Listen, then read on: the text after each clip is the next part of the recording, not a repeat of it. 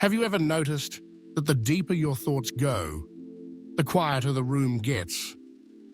That the more questions you ask, the fewer people want to answer? It's not your imagination. Those who question, observe, and reflect, deep thinkers, often find themselves misunderstood or even avoided. But why is it that the pursuit of truth so often leads not to a sense of community, but instead to solitude?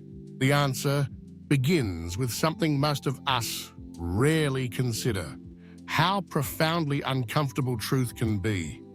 From the earliest days of civilization, society has always struggled with individuals who see too clearly. Diogenes, living in a barrel in ancient Greece; Spinoza, excommunicated for his ideas; Simone Weil, refusing to turn away from suffering. These were not people rejected for being wrong, but for being honest. Radical honesty, in a world addicted to comfort and distraction, is rarely welcomed. Yet deep thinkers cannot help themselves. For them, thinking deeply is not a choice, but a compulsion. There is a relentless need to peel back the surface to see what lies beneath, even if it means disturbing the calm waters that most people are trying desperately to preserve. In doing so, they disrupt the fragile harmony of everyday life, and this is where the tension begins. Consider how, when someone enters a room looking powerful or successful, we often admire them. Physical strength or expensive accessories rarely threaten us personally. If anything, they might inspire us to strive for more. But intelligence is different. Intelligence isn't something we see, it's something we feel. When confronted by someone whose thoughts run deeper, whose words challenge our assumptions, it can feel less like inspiration and more like an unsettling mirror. This phenomenon is well documented in psychology. It's what's known as a cognitive dissonance trigger. When a deep thinker expresses something profound or questions a common belief, it forces those around them to confront the uncomfortable gap in their own understanding. Instead of responding with curiosity, many react with defensiveness, sarcasm, or silence. It's not that the idea was offensive, but rather that the ego felt exposed, vulnerable. This is why deep conversations so often fall flat in social settings. You may bring up a philosophical insight, only to have someone change the subject to sports or the weather. You might question the meaning of success, and suddenly people look away, avoiding eye contact. It isn't rudeness. It is, at its core, self-preservation. Humans are wired to seek belonging, often more than they seek truth. In ancient times, being part of the tribe meant survival. Being cast out meant danger. Our brains evolved to prioritize harmony, even if it meant ignoring reality. When someone begins to ask questions that threaten that harmony, the group doesn't listen. It defends itself. This is why truth-tellers are so often alone. Not because they are arrogant or antisocial, but because they do not play by the same social rules. They are not afraid to say that the emperor has no clothes. They are not afraid to see what others are unwilling to look at.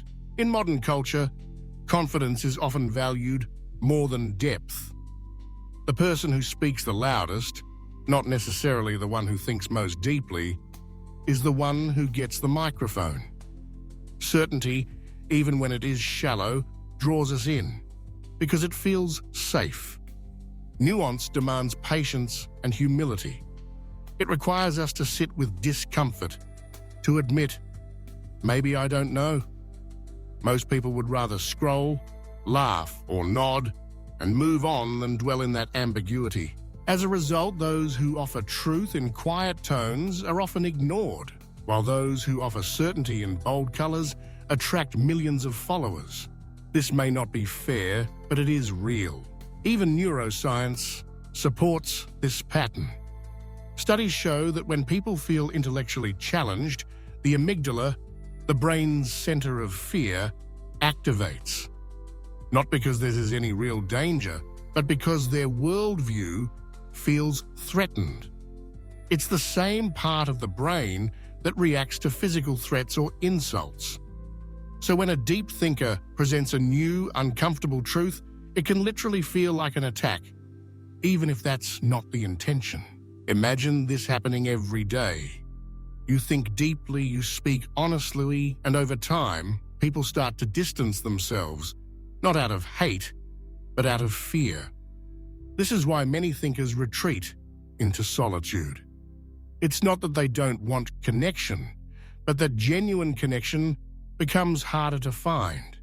They tire of small talk, of shallow praise, of conversations that never rise above the surface. They crave honesty, depth, and curiosity. And when they cannot find it, they turn inward. Here lies the paradox. The more awake you become, the lonelier the world can feel. Not because others are malicious, but because most are still asleep. They are not ready to be woken up. But this does not mean deep thinkers are doomed to isolation or suffering. Some of history's most profound minds found a sense of peace, not in the crowd, but in solitude. Marcus Aurelius, journaling alone as Emperor of Rome. Emily Dickinson, writing poetry from the quiet of her own room. Friedrich Nietzsche, walking the mountains alone, wrestling with the meaning of existence. They understood what society often forgets. Solitude is not always loneliness. Sometimes it is clarity. When you stop seeking validation from the world, you begin to hear your own mind clearly. Real philosophy lives not in applause, but in awareness. So if you find yourself thinking deeply, yet feeling alone, remember, your depth is not a flaw. It is a feature. It is what enables you to question, to create, to truly see. Be selective with your energy. Not everyone will be ready to meet you at your level, and that is okay. Seek those who are, even if they are rare.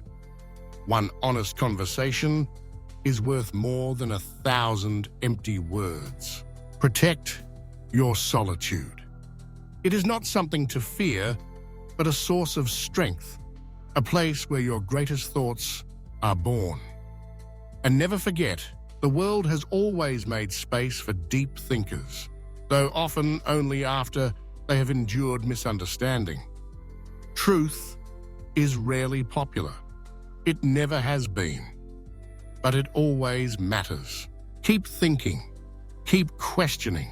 Keep going. For while deep thinking may sometimes feel like a curse, it is, in truth, the beginning of all freedom. If this video bent your mind, share your thoughts in the comments. Like and share with your fellow philosophers. If you want to explore more mind benders, hit that subscribe button.